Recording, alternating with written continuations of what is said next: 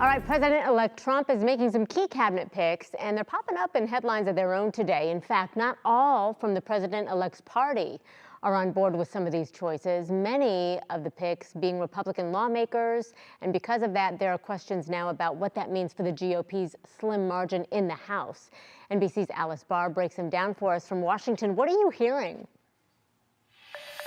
Well, we have some breaking news to bring you right now. The president-elect's latest selection, Robert F. Kennedy Jr., is now his choice to lead the Department of Health and Human Services. The former independent presidential candidate dropped out of the race to support President-elect Trump. He has spoken out publicly against vaccines, including COVID and polio. He's spoken about a wide range of alternative treatments and various things that President-elect Trump has now been kind of bringing to the forefront as a possibility, and wanting RFK Jr. to head up that agency certainly points in that direction. Reactions are flowing in from both parties, with big questions looming now about how the Senate confirmation process will go. With President-elect Trump back home in Florida today, Washington is reeling from some of his controversial picks to lead key government agencies, including Matt Gaetz for Attorney General. He quickly resigned from the U.S. House to pursue the position of Attorney General in the Trump administration. That move halting a bipartisan House Ethics Committee review, though lawmakers in both parties want to see the results. Gaetz also faced a lengthy federal criminal investigation for alleged sex trafficking of a 17-year-old girl. Prosecutors ultimately closed the case without charges, and he's consistently denied wrongdoing, while railing against the Justice Department he's now tapped to lead for its investigations into him and President-elect Trump.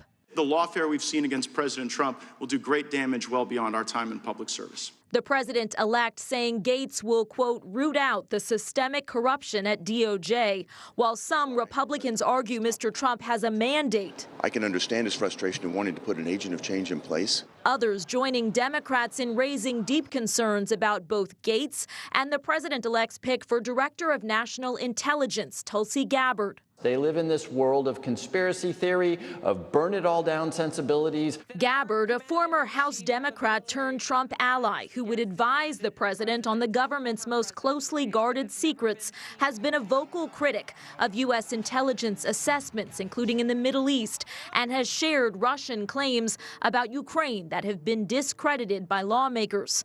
All eyes now on the Senate as a new majority leader navigates controversial confirmations and demands from President-elect Trump to sidestep the process if his picks can't get through. And before he was voted into the Republican leadership post, Senator John Thune backed President-elect Trump's demand for recess appointments. That's what would allow him to skip the confirmation process.